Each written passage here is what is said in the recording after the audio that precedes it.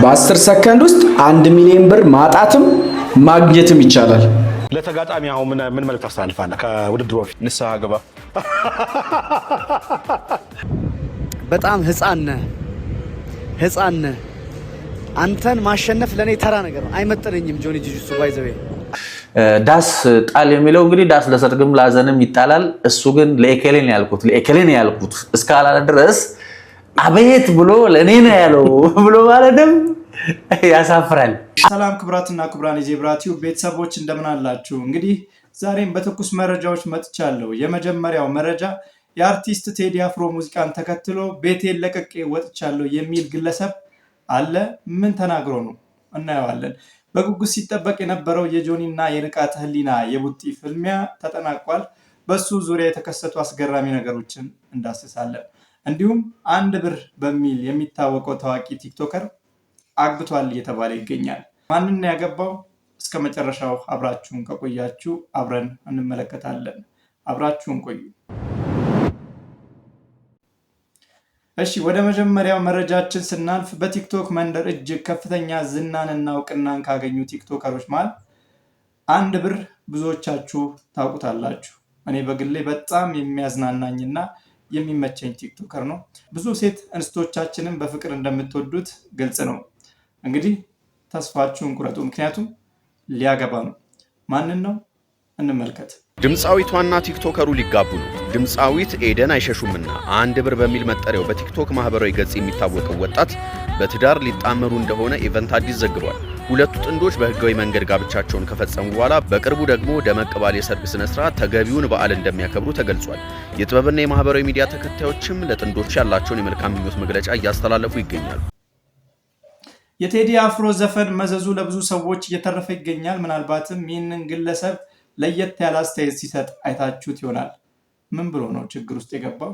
እንዴ ዳስ ጣል የሚለው እንግዲህ ዳስ ለሰርግም ላዘንም ይጣላል። እሱ ግን ለኤኬሌን ያልኩት እስካላለ ድረስ አቤት ብሎ ለኔ ነው ያለው ብሎ ማለትም ያሳፍራል። አቤት ብሎ ለኔ ነው ያለው ብሎ ማለት አንደኛ ይሄ በቃ አላለ ሳትጠራ አቤት እንደመባል እንደማለት ነው። ባልተጠራበት ባልተፈለከበት ቦታ እንደመገኘት ነው። አንድ ለኤኬሌ ነው ያለው ብሎ መተርጎምም በራሱ አሜት ነው። ምናላንተስ ቢሆን በምን ታውቃለህ? አሁን ወደ ዳስ ጣል የሚለውን ወደ 2 ወደ 3 ወደ 4 ትርጉም ልተረጉመው ይችላል። ምናልባት እንደ ሀገር ሰው አንዳንድ ሰው እንደሚያስበው እንደ ሀገር ለኤኬሌ ነው ብሎ እንደሚያስበው ምናምን ልተረጉም ትችላለህ። ግን ደግሞ እኔ ሀገር ካልመራው ሀገር ፈርሳ ትገኛለች ያለ ቡድንም እስካሁን ሀገር አልመራም፣ ቦታው ላይም አልመጣም።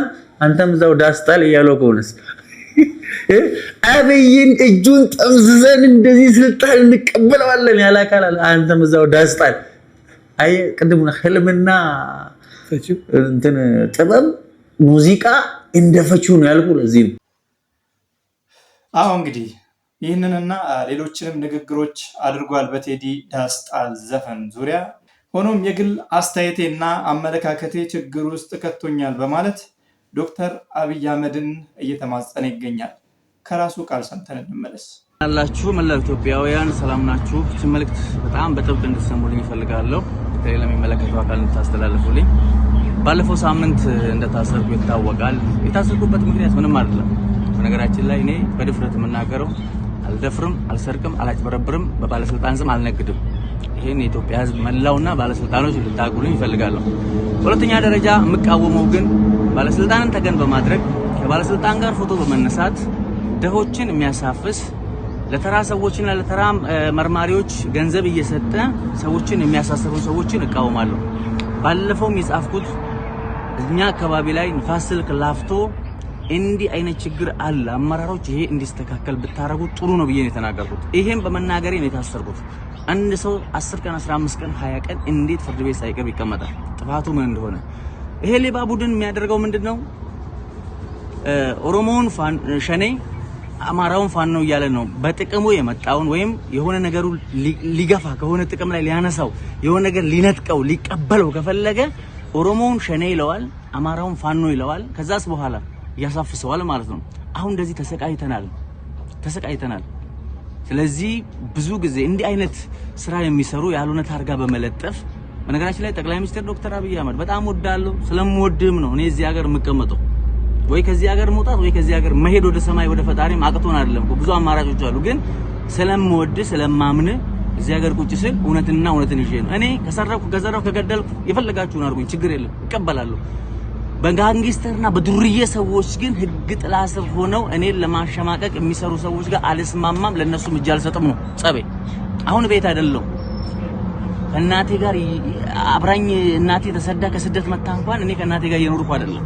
ስለዚህ ስቃይ ውስጥ ነው ያለ ነው። እኔ 2 ቀን ስታሰር እናቴ ዳቦ ሳትበላ ነው የምታድረው ማለት ነው።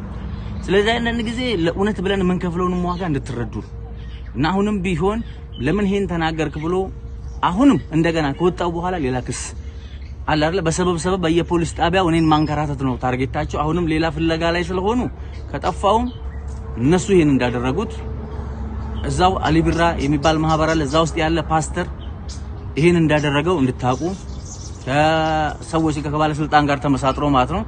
ክፍለ ከተማው አመራሮችም ይሄን እንዲያውቁልኝና ይሄ ነገር እንዲያስቆሙልኝ በቃ። ስለዚህ እኔ ከደሃ እናቴ ጋር መኖር አልቻልኩም፣ ቤት አይደለሁም ማለት ነው። ስለዚህ ይሄ እንዲታወቅ ነው ፈልገው። ኢትዮጵያውያን ሁላችሁ በጣም አከብራችኋለሁ፣ እወዳችኋለሁ። ሌላው በጣም ልትጠነቀቁ የሚገባው ትልልቅ አመራሮች በጣም ማከብራችሁ፣ ትልልቅ ኮሚሽነሮች በጣም ማከብራችሁ።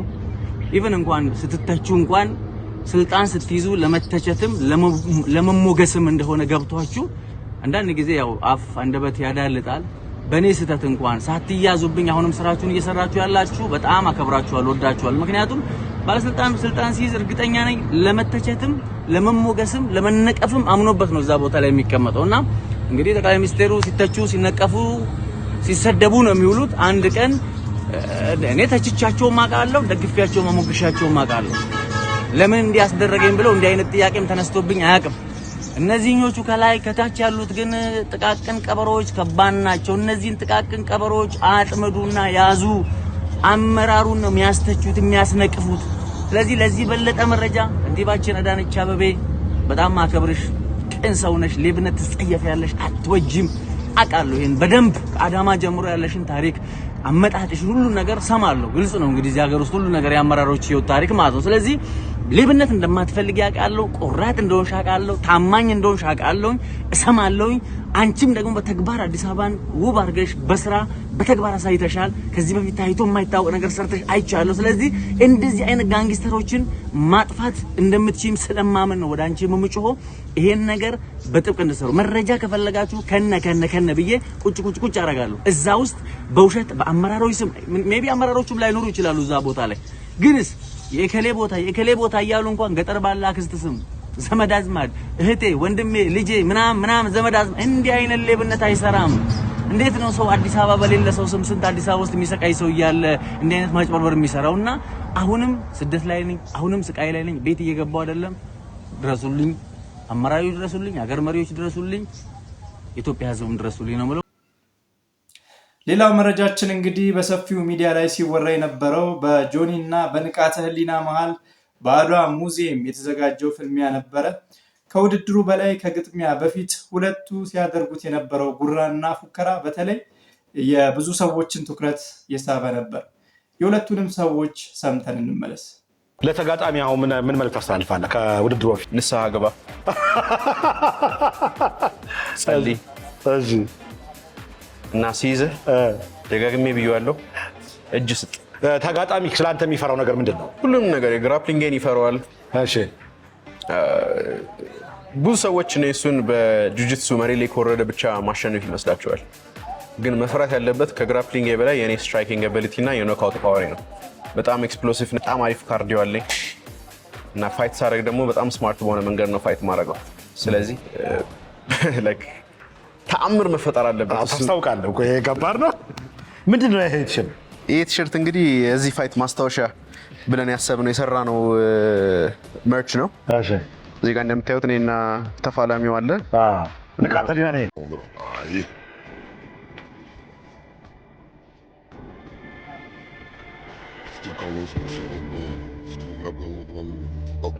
እሺ፣ ዛሬ ከንቃተ ህሊና ጋር አገኛለሁ። እንግዲህ በኢትዮጵያ ለመጀመሪያ ጊዜ ለሚዘጋጀው የኤምኤምኤ ፍልሚያ አፕሪል 25 ላይ ማለት ነው። ዝግጅቱ እንዴት ይዘዋል? በደንብ ተዘጋጅቻለሁ። I got this. I am ready. Completely prepared, bro. በጣም አሪፍ። እንግዲህ አሁን ጆኒ የጂጂትሱ ባክግራውንድ ነው ያለው ተጋጣሚ ማለት ነው። እስኪ ብዙ ሰው ስለ አንተ የማርሻል አርት ባክግራውንድ አያውቅምና እስኪ እሱን ነገር ግልጽ አድርግልን። የኔ ማርሻል አርት ባክግራውንድ ቴኳንዶ ከህፃንነቴ ነው የጀመርኩት። ቴኳንዶ ነው ያለኝ ባክግራውንድ። እዚህ ከመጣው በኋላ ሞይታይ እና የቴኳንዶን ስትራይኪንግ ስታይሎች ወደ ሞይታይ ስታይል የቀየርኩበት ሁኔታ ነው ያለው። you know Muay Thai is a little bit brutal when you compare it to Taekwondo, so ስለዚህ አሁን ከቴኳንዶ ወደ ሞይታይ ትራንዚሽን እያረክ ነው ማለት ነው። እሺ እና ደግሞ በዚህ ፋይት ላይ ብዙ ሰው ካውንት አውት እያረገ ብዙ ሰው ዳውት እያረገ ነው። አሁን UFC ላይ ብዙ አንደርዶግ ፋይቶች አሉ፣ አንደርዶግን ያሸነፉ ማለት ነው። እና ለምሳሌ አሁን ሊዮን ኤድዋርድስ ቨርሰስ ካማሩ ኡስማን አለ፣ ለምሳሌ ማትሴራ ቨርሰስ ጄስፒ አለ። አንኤክስፔክትድ የሆኑ በጣም ዶሚናንት የሆኑ ሬስለሮች የተሸነፉባቸው ማለት ነው። አንደርዶጉ ያሸነፈበት ታይም አለ። እና እስኪ አንተ ዳውት ለሚያረጉ ሰዎች አንደርዶግ ሂስትሪ በኢትዮጵያ ላይ በኤምኤም የምትደግመው ይመስላል? እስኪ መልክ ያ ታሪክ ይደገማል። absolutely there is no question, no way። ሁለተኛ ደግሞ መናገር እንፈልገው ነገር ቢኖር አብዛኛው ማህበረሰብ እሱን ነው የሚያውቀው።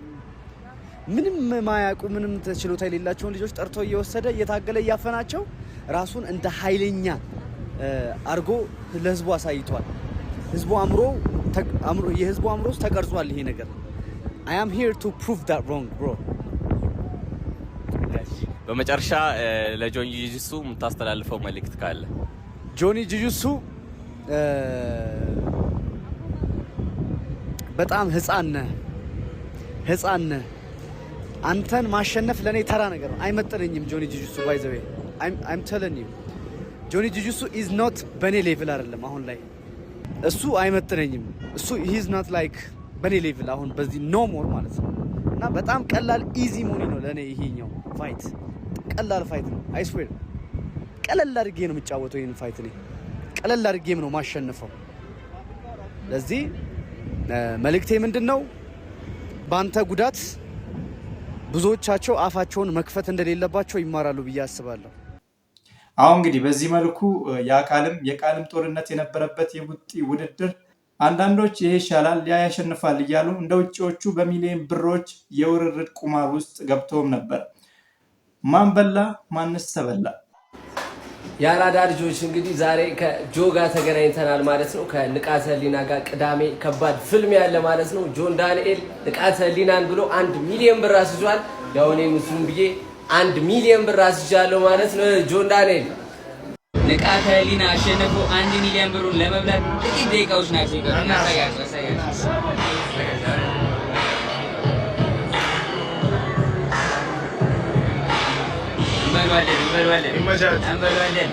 በመጨረሻም እንግዲህ አይቀሬው ሰዓት መጣና ውድድሩ ተጀመረ።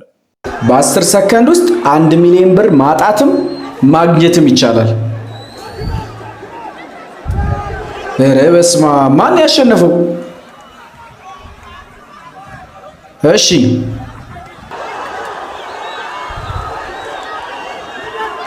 በስመ አብ!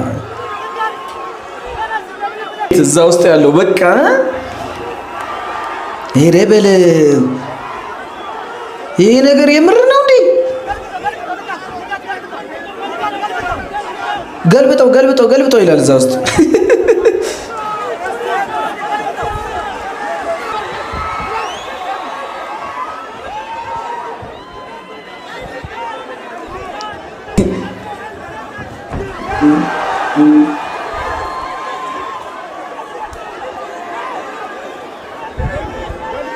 እኔ እዚህ ጋር ሆኜ ራሱ በቃ ስሜቴ አረገደለው።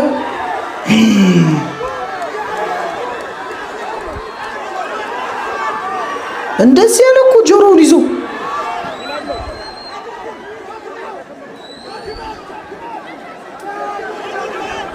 ሰው ገልብጠው ግደለው ገላግለው ምናምን። እሺ ዳኛው የማን ይስማ? ገላግለው እያለ ነው። ኖካውት አደረገው በቃሉ መሰረት። ጆኒ ጂጂትሱ እንኳን ደስ አላችሁ። እንዳያችሁት አፍታም ሳይቆይ 1 ደቂቃ ባልሞላ ጊዜ ውስጥ በጆን አሸናፊነት በንቃተ ህሊና ተሸናፊነት ተጠናቀቀ ማለት ነው።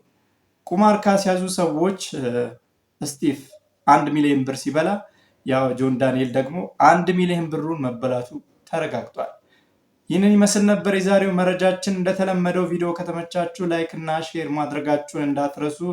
ሐሳብ አስተያየት ካላችሁ ደግሞ በኮሜንት መስጫው ቦታ ላይ አስቀምጡልን።